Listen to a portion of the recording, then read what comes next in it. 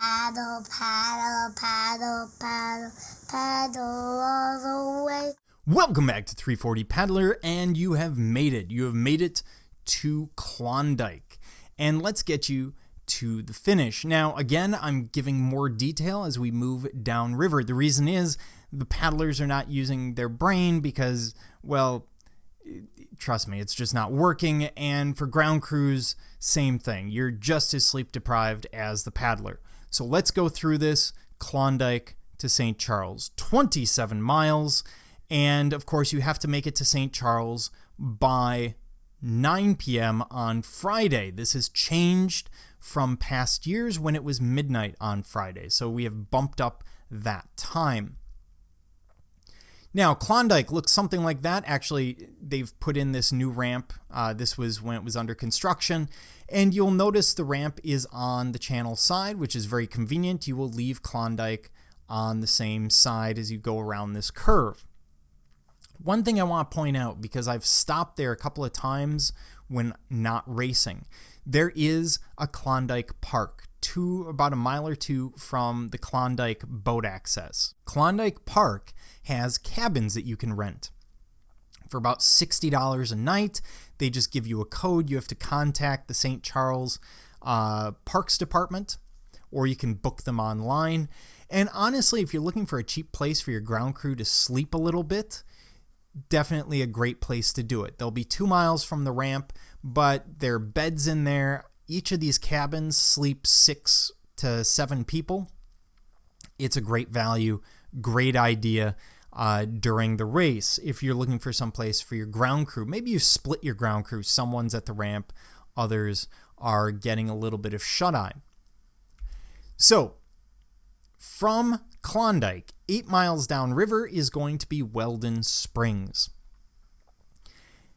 And Weldon Springs is a hot spot for paddlers. It seems to have a certain atomic charge to it. It might be the massive radioactive waste dump in Weldon Springs, but that's not important. This is also a strangely terrifying place. In 2018, I was paddling past. I didn't expect any ground crew there. Suddenly I heard voices from the dark because there's no light at Weldon Springs. So I don't recommend stopping there at night unless you really need to. But just really creepy experience, hearing people call your name from the shores when you're already hallucinating. Weldon Springs, here's Klondike. And by the way, here's Klondike Park as well. So here's the Klondike boat ramp. Here's Klondike Park, just to give you an idea how close those two are. But if you follow Highway 94, yes, I'm talking to you, ground crews, you will find that there's nothing except a city called Defiance along it. You'll follow it along, you will find Weldon Springs right here. And if you're paddling, you're actually going to be making a river crossing aiming straight at Weldon Springs. So at night, if someone is calling your name, you could probably get in there. From Weldon Springs, the next thing you come across fairly shortly thereafter is going to be the Bridge of False Hope. The picture is a picture of the Daniel Boone Bridge, hence the Bridge of False Hope, being blown up, because a lot of us really wish it would be as we pass under it. It would make the hurting stop, let's be brutally honest. Now, the Daniel Boone Bridge is fairly simple to deal with. It's no longer under construction, which is fantastic. But it can be hairy to get through at night. Make sure you're aiming for the green light, the green navigational light. And the reason I say that is there's big control structures and a big basically marsh on river left here that you want to stay away from. You're actually going to be coming from river right and crossing the bridge at the center, moving river left. So make sure you hit it in the center. It can be rather tricky otherwise. After that, you're going to come into Chesterfield. There is civilization, you just can't see it. And I have been told that some people get lost in Chesterfield and start doing circles or get stuck behind wing dikes. Just relax, follow the flow, you should be more or less fine. This arrow is what I assume is a water treatment plant. Right about here. It's a great landmark for the 340. At that point, you're back into good channel because things are a little bit hairy from the Bridge of Lost Hope all the way down through Chesterfield.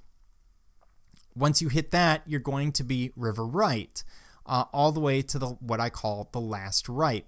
And I bring this up because of an experience one paddler had back in probably 2014 or so. There's a series of wing dikes coming off the inside on the last right, and the river narrows, or at least the channel narrows. So you need to make sure that as you come into this stretch, you go way across the river. There's actually, again, a house of some form right about here. You're going to aim for it until you look upriver and the two lights for the navigational channel line up. So at first, they're going to be one over here and one over here, and slowly they're going to come into line until the two green lights look like the same light. That is the point where you turn, because then you are straight on in the channel. If you don't, there's a series of wing dikes that stick out, and sometimes this is a sandbar, so it doesn't matter. But in higher water years, you can get caught on this. And a paddler did get caught on one of these. He tried to cut inside a little bit, got caught on the wing dike, got kicked out of the boat, was standing on the wing dike with the boat, ended up going down river because a log he was standing on let go, and thankfully was rescued and helped out downriver by a couple of other racers. So be careful with this last right. It is a very tight bend. Do not cut to the inside. And from there, here again, you get a better view coming up through the last right. And then you're going to have this stretch. It's a couple of miles between, I believe this is the Veterans Bridge or something along those lines, and the I-70 bridge.